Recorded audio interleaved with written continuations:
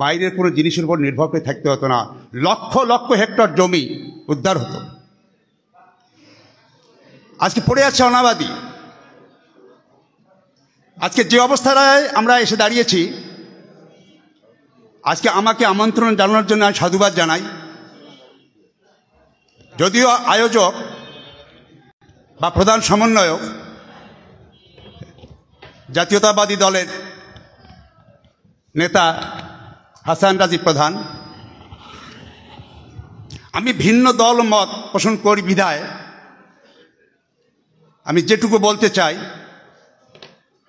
বিড়ালটা কালো না সাদা সেটা দেখার দরকার নাই, ইঁদুর ধরতে পারি কিনা সেটাই হলো আমার মুখ্য বিষয়বস্তু।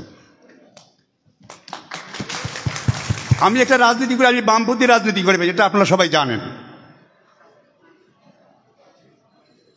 সব মানুষে মানুষ নয়, কেউ কেউ মানুষ। সব মুসলমানই মুসলমান নয়, কেউ কেউ মুসলমান।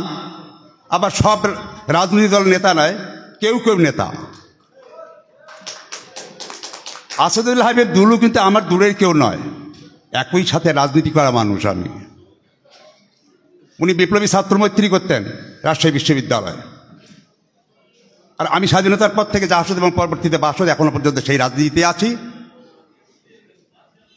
তো আমি যে কথাটা বলতে যাচ্ছি, আজকের যে সুধী সমাবেশ, এটা আমি স্যালুট জানাই এত বড় একটা মহতী উদ্যোগ নেওয়ার জন্য। সেই কারণে আমি সাড়া দিয়েছি। আজকে দলীয় ব্যানারে কিন্তু এটি নয়, দল মত নির্বিশেষে যে আহ্বানটা জানানো হয়েছে, এটা চারটিখানি কথা নয়। অধিকার কেউ হাতে তুলে দেয় না, অধিকার আদায় করে নিতে হয় আন্দোলন সংগ্রাম রাজপথের মধ্য দিয়ে। সন্তান না কাজে যেমন মা কখনো দুধ দেয় না, তেমনি অধিকার আপনা আপনি পাওয়া যায় না, আদায় করে নিতে হয়। যেমনিভাবে আপনারা ইতিমধ্যে লক্ষ্য করেছেন, অবহেলিত বঞ্চিত এলাকায় লালমিয়াটের বুড়িমারি এক্সপ্রেসের আন্দোলনের জন্য আজ 2 বছর থেকে আন্দোলন করতে করতে এই 3 মাসের মধ্যেই বুড়িমারি থেকে সরাসরি ট্রেন যাবে আগামী 17 তারিখে। তার প্রধান সমন্বয়ক আমি। এই আন্দোলনের ভিত্তিতেই কিন্তু আজকের এই বুড়িমারি এক্সপ্রেস চালু হচ্ছে। তাই সেটাই বলি, সাহসিকতা থাকতে হবে, দৃঢ়তার নেতৃত্বের মধ্যে দিয়ে কিন্তু অধিকার বাস্তবায়িত হয়। তিস্তা মহাপ্রকল্প কেন হবে না? দুঃখ এবং ভারাক্রান্ত মন নিয়ে আমাকে বলতে হয়, রংপুর বিভাগের জন্য গত 24 এবং 25 অর্থ বাজেটে কোনো বরাদ্দ রাখা হয়নি রংপুর সিটি কর্পোরেশনের। এমন একটা বিশ্ববিদ্যালয়, রোকেয়া বিশ্ববিদ্যালয়, বেগম রোকেয়া বিশ্ববিদ্যালয়, তার জন্য বরাদ্দ কত রাখা হয়েছে জানেন? মাত্র 1 লক্ষ টাকা। হাস্যস্কর ব্যাপার নয়? দেশের জনগণ তো অর্থ দিয়ে তাদের খাজনা ট্যাক্সের ভিত্তিতেই তো দেশ পরিচালিত হয়। কেন বৈষম্যের শিকার হবে লালমিয়ার জেলা? কেন বৈষম্যের শিকার হবে এত অঞ্চলের গরিব দুঃখী মেহনতি মানুষ? ব্যক্তি আসে ব্যক্তি যায়, দল আসে দল যায়, কিন্তু আমি আপনি যে যেখানে ছিলাম নির্বাচনের পর আবার সেখানেই ফিরে যেতে হয় আমাদেরকে। আমাকে ভালো লেগেছে এই মহাপ্রকল্পকে কেন্দ্র করে আহ্বান জানানো হয়েছে দলমত নির্বিশেষে, কোনো দলীয় ব্যানারে নয়। এখানে নেতৃত্ব থাকতে হবে, কোনো না কোনো ব্যক্তির নেতৃত্ব থাকতেই হবে, নেতৃত্ব ছাড়া কিন্তু হয় না। সেটা যদি আজকে যদি আমি মনে করি যে বিএনপির নেতৃত্বে বা আসাদুল হাবিব দুলুর নেতৃত্বে এত বড় একটা মহাপ্রকল্প বাস্তবায়ন হতে যাচ্ছে, আমি তাকে স্যালুট জানাবো। আমি ভিন্ন দল করতে পারি, আজকে তো আমার চিন্তার চেতনাটা ভিন্ন রকম, কিন্তু এই দেশের মানুষ তো, এই অঞ্চলের মানুষ তো, সাধারণ মানুষকে কেন্দ্র করে যে বিষয়বস্তুগুলো নিয়ে সারা জীবন অতিবাহিত করছি, সেটা বাস্তবায়ন আমি দেখে যেতে চাই। সেটা যারই দ্বারাই হোক না কেন, ভোট তো মানুষ সবাই দেয়। এই যে তিস্তা ব্যারেজ, তিস্তা নদীকে নিয়ে আমাদের কি কঠিন ভোগান্তিতে পড়তে হয় প্রতি বছর। গাদার সামনে মূলা ঝুলিয়ে দিলে যেমন গাদা ওই খাওয়ার লোভে লোভে যত বড় বোঝ তুলে দেন না কোনো সেই বোঝটা কিন্তু এগিয়ে নিয়ে যাবে। এটা কিন্তু আইওয়াশ ইস্যু। প্রতি বছর বন্যার সময় কোটি কোটি টাকা বাজেট বরাদ্দ করা হয়, সব চলে যায় আমলাদের পকেটে, সব চলে যায় নেতাদের পকেটে। ত্রাণ দিয়ে তো আমাদের দরকার নেই। এমনকি ভিক্ষাবৃত্তির জন্য তো আমি সব চাই না। আমি চাই স্থায়ীভাবে একটা ব্যবস্থা নেওয়া।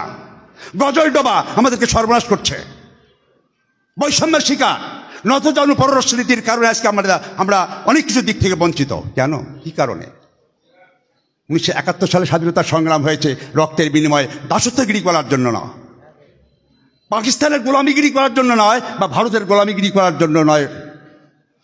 সেই কারণেই 1952 সাল থেকে শুরু করে অদ্যাবধি যারা এদেশের বঞ্চিত নিপীড়িত মানুষের মুক্তির জন্য লড়াই সংগ্রাম করে শহীদ হয়ে গেছেন, তাদের প্রতি শ্রদ্ধা নিবেদন করে আবার নতুনভাবে তাদেরকে স্যালুট জানাই। বন্ধুরা আমার, আমি কথা বাড়াবো না, অনেকে আলোচনা, অনেক কথা বলবেন। সেই লক্ষ্যে প্রতিটি ক্ষেত্রেই আপনাদেরকে সজাগ থাকতে হবে।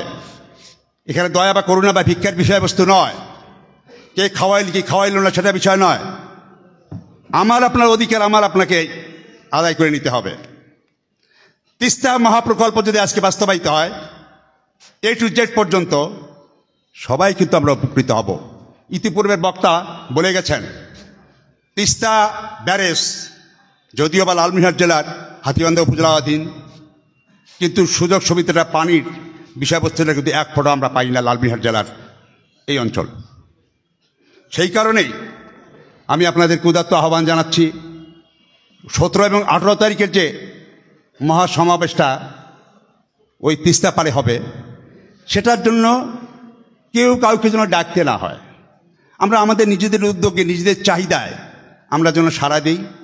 আসুন সবাই ঐক্যবদ্ধভাবে এই একটা মহাপ্রকল্প বাস্তবায়নের জন্য এগিয়ে যাই, এই আশাবাদ ব্যক্ত করে আমি আমার বক্তব্য শেষ করছি। সবাইকে ধন্যবাদ।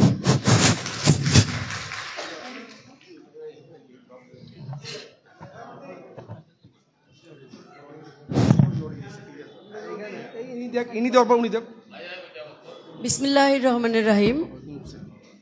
আমি মোসাম্মদ জিনাত ইখতার জাহান, ভাইস প্রিন্সিপাল হাতীবান্ধা মহিলা ডিগ্রি কলেজ।